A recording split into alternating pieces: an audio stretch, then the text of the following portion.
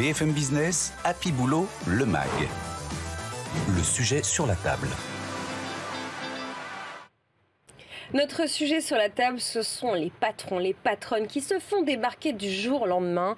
On va se demander comment rebondir, comment communiquer dans cette situation quand on est top manager et qu'on se fait dégager, pour le dire un petit peu vulgairement. Pour discuter de ce vaste sujet, je suis entourée de deux personnes. La première, c'est Éric Juilly. Bonjour Éric. Bonjour. Vous êtes président du cabinet de conseil en stratégie et communication Clé. Et en face de vous, nous avons Pierre Fouque-Duparc. Bonjour Pierre. Bonjour Lorraine. Associé au cabinet de chasse de tête Boyden. Vous l'avez compris, on va être un peu une boîte à outils dans les 10-12 prochaines minutes dans ces situations qui sont diverses. On peut se faire virer, on peut se faire éjecter pour plein de raisons. Alors j'ai fait un petit sondage sur LinkedIn et je vais vous faire voter Éric et Pierre. Si on se fait débarquer du jour au lendemain, quand on est top manager au masculin ou au féminin, quelle doit être notre priorité? 1. Absorber le choc. 2. Sauver ce qui peut l'être. 3. Compter sur son réseau. Ou 4. Penser le futur. Pierre, pour démarrer. Absorber le choc, faire le deuil, se reconstruire, comprendre qu'un échec, c'est pas un naufrage, mais c'est un apprentissage. Et ensuite activer son réseau. Et vous, Éric? Avant cela, il me semble que j'étais assez d'accord avec l'idée de sauver l'essentiel ou de sauver ce qui peut l'être, c'est-à-dire sous deux aspects. Négocier éventuellement les conditions de départ, parce que on peut le faire qu'une fois. Et deuxièmement, discuter justement de la communication qu'on va faire du côté de l'entreprise comme du côté du manager. Et pour le manager, c'est évidemment très important les conditions dans lesquelles son départ est annoncé. Alors on va y revenir en détail. Je vous donne le résultat sur LinkedIn. Ma communauté est plutôt optimiste, visiblement. À 47%, la priorité, c'est penser le futur. Alors d'abord, essayons d'envisager les différentes situations. Se faire débarquer quand on est top manager, ça peut être la conséquence de plusieurs situations. Listez-nous les cas, Éric. Ouais, c'est-à-dire que par rapport à la communication notamment, il y a plusieurs cas effectivement. Le premier, c'est un actionnaire qui contrôle complètement l'entreprise et qui prend une décision qui effectivement peut être assez rapide et brutale. Mais il y a d'autres situations. Il y a des situations où, dans des entreprises où l'actionnariat est peut-être un peu moins figé, si je puis dire, ou stabilisé, et notamment les entreprises où il y a l'État comme actionnaire, et où là, les choses deviennent publiques avant même les décisions. Et parfois, il y a des espèces de campagnes pour ou contre le maintien du PDG ou du directeur financier, ce qui, évidemment, en termes de communication, met les situations. Il y a d'ailleurs des PDG qui font campagne pour leur maintien. On en a vu quelques exemples. Monsieur Faber, par exemple, chez Danone, ou Isabelle Cochet pour Suez. Et puis alors, il y a le troisième cas, c'est celui de la crise, c'est-à-dire où il y a une crise tellement brutale que le PDG ou le directeur général sert en quelque sorte de fusible ou de première décision. Et là, évidemment, non seulement on perd son poste, si je puis dire, mais en plus, on est considéré comme une espèce de responsable de la crise. Donc, évidemment, en termes de réputation et de rebond futur, c'est un cas plus difficile. Oui, j'ajouterais à ce que vient de dire Éric, puisque vous parliez de l'État dans le capital. Il y a également les fonds activistes dans le capital, Danone avec Faber. Il y avait quand même des fonds activistes dans le capital de Danone et donc ça a joué. Alors justement, je vous pose la question à tous les deux, et notamment à vous, Éric, spécialiste en communication.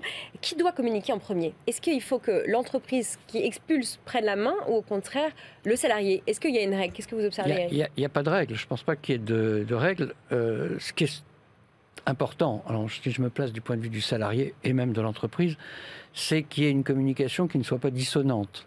Et donc, plus on peut arriver à un accord, souvent d'ailleurs les négociations de départ, il y a une partie importante qui est consacrée à comment on va communiquer, et si on peut arriver à une communication concordante, qui peut être faite pratiquement en même temps, c'est mieux. Alors souvent quand l'entente, si j'ose dire, est bonne, on laisse le président annoncer lui-même son départ parce que ça donne de la face. Un côté plus volontaire et ça peut lui permettre de dire plus facilement qu'il a choisi de donner une nouvelle orientation à sa carrière, comme on dit, ou d'aller vers de nouveaux projets.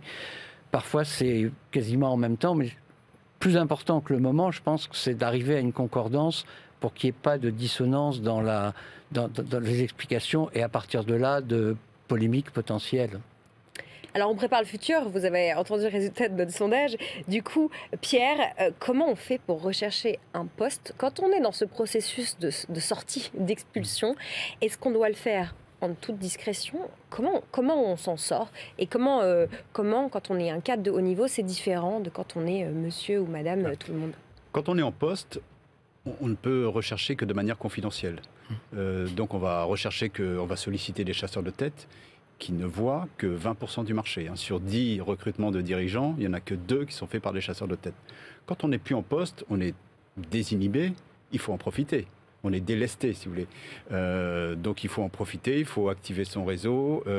J'en profite pour dire que le réseau, c'est quelque chose qui se construit quand on n'en a pas besoin, pour l'activer quand on en a besoin. Donc un dirigeant doit avoir construit son réseau le plus tôt possible et donc l'activer.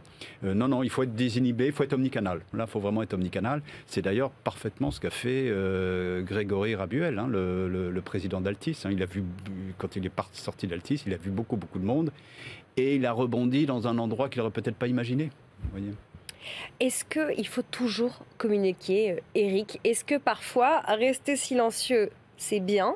Et est-ce que parfois les enjeux financiers justifient qu'on reste silencieux ou qu'au contraire on communique?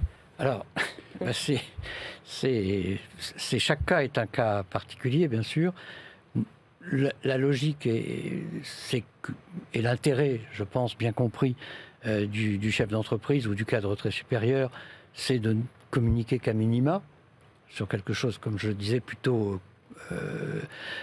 en accord avec l'entreprise, sur une explication assez sobre, changement de stratégie, changement de volonté de l'intéressé d'aller vers de nouveaux projets.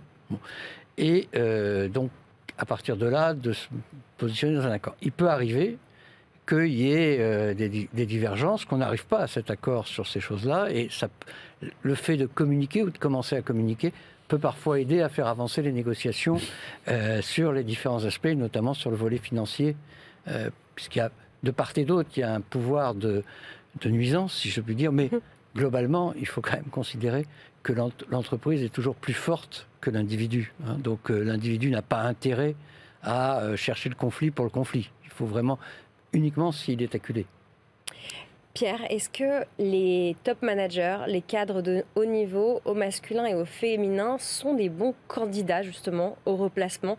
Est-ce que c'est une matière facile à travailler quand on est chasseur de tête? Est-ce que c'est des bons candidats? Oui, c'est des bons candidats. Ils sont pas toujours bons en entretien de recrutement. D'abord parce qu'ils n'en ont pas passé beaucoup. Et plus ils sont de haut niveau, moins ils arrivent préparés aux entretiens souvent. Or, ils doivent être très préparés aux entretiens parce que quand ils vont rechercher un travail, ils vont être en concurrence avec un poste de dirigeant, ils vont être en concurrence avec la terre entière. Et ce qu'on attend dans un entretien de recrutement de dirigeant, c'est qu'il arrive lancé. C'est qu'il arrive avec des débuts de solutions pour le cas de l'entreprise qui veut l'embaucher, des débuts de solutions qu'il ne doit pas exprimer avec certitude, mais qu'il doit exprimer sous forme de questions intelligentes. Et puis, on voit de temps en temps des dirigeants des candidats de dirigeants faire des fautes bêtes, par exemple poser des questions dont les réponses sont publiques et où existent sur le site ou dans des rapports d'investisseurs. Donc, ils doivent faire preuve d'humilité, ils doivent pas insister sur leur CV. Leur CV, il est connu, donc c'est pas la peine de réciter leur CV.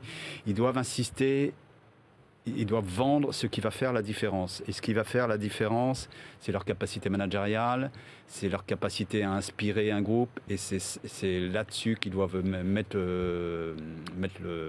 porter leur discours pendant leur entretien de recrutement, et non pas réciter leur fait d'armes.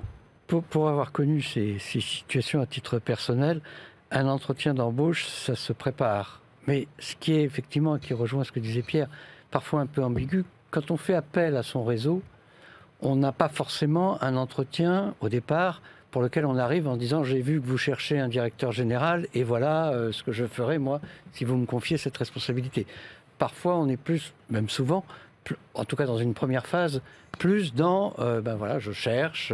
Et donc là c'est très important, je crois, de montrer qu'on a fait le deuil de la fonction précédente, qu'on n'est plus à dire nous en parlant de son ancienne entreprise, et deuxièmement qu'on a effectivement une certaine vision des projets, des idées.